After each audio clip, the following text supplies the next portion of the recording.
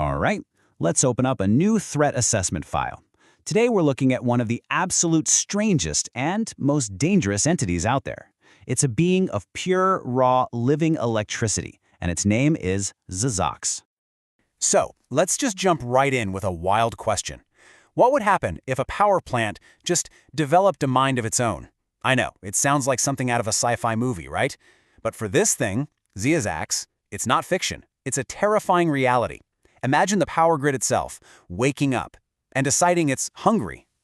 So what are we really dealing with here? Well, the official definition is pretty simple, and honestly, kind of chilling. Zzax isn't some guy in a suit. It's not an alien in the way we usually think of them. It's more like a force of nature that somehow got a brain. A really, really primitive brain that only has one thought. I need more power. You gotta wonder, where does something like this even come from? Let's get into its origin story and see how this whole electrical nightmare got started. Yeah, this thing wasn't a natural phenomenon. It was created. Specifically, it was born from an act of violence. Terrorists sabotaged a nuclear power plant, right? And the overload, the massive surge of energy, it didn't just cause a meltdown, it did something else. It sparked a consciousness inside the electrical grid itself, like a ghost in the machine, literally born from pure chaos. And believe me, it didn't take long for things to escalate. I mean, from the moment of its accidental birth, Zzax was already a huge problem. One of its first big appearances? During a massive prison break at the Raft. You know, the Supermax prison for supervillains. And later on, it gets even worse. The villain Electro actually manages to weaponize Zzax, basically pointing it at things he wants destroyed. Just goes to show you how dangerous a mindless force can be when someone gives it a direction. So you might be thinking, okay, what's its master plan? What are its complex motivations? Forget all that. This is pretty much all it's ever been heard to say. It's not a monologue, it's a mission statement. And it's terrifyingly simple. And this, right here, is what makes it so incredibly dangerous. You can't reason with it. It's like trying to negotiate with a hurricane or talk a forest fire out of burning. It just doesn't work. That primitive mind means there's no bargaining table, no diplomacy, absolutely no chance it'll just give up. There's only that hunger. Okay, so that brings us to its powers. Its mind might be simple, but trust me, its abilities are anything but. So let's break down the toolkit of this energy vampire. Everything it does revolves around energy, consuming it and weaponizing it.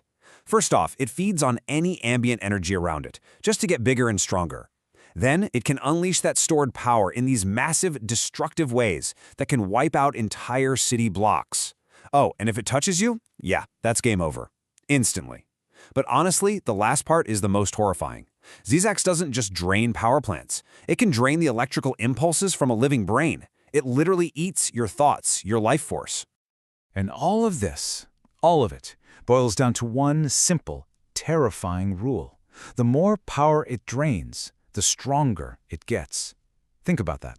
The very energy you might use to try and fight it, it just eats it.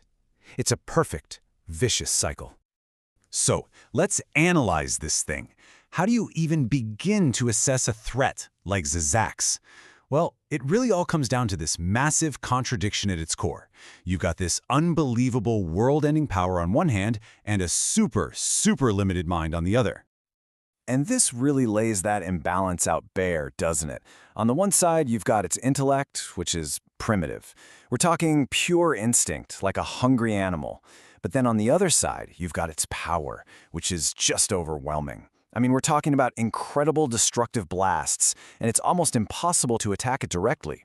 It is, for all intents and purposes, a walking nuke that's being steered by the simplest instinct imaginable: find food. And if you want to see that in hard numbers, just look at the official power ratings. It really puts things in perspective. Energy projection, maxed out, a 7 out of 7. It literally doesn't get more destructive than that. Durability, a 6, so it's ridiculously hard to hurt. And then you get to intelligence, a 2, just a 2. See what I mean? This isn't a master criminal. It's a sentient natural disaster. Which brings us to a really interesting point, a key strategic insight, really. Its greatest strength is also its greatest weakness.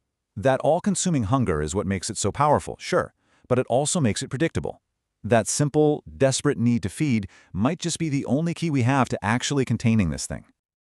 And at the end of the day, that's what this threat assessment really boils down to. You don't fight Zizaks like you fight a bank robber. You don't even fight it like a typical supervillain. You have to treat it like a natural disaster. You prepare for it like you'd prepare for an earthquake or a tsunami. It's a fundamental force of the universe that just happens to have a hungry, simple mind.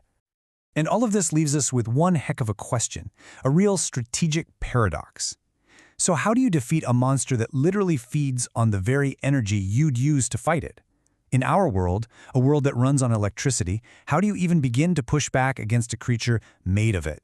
It's a problem where just hitting it harder isn't going to work. You have to get smarter.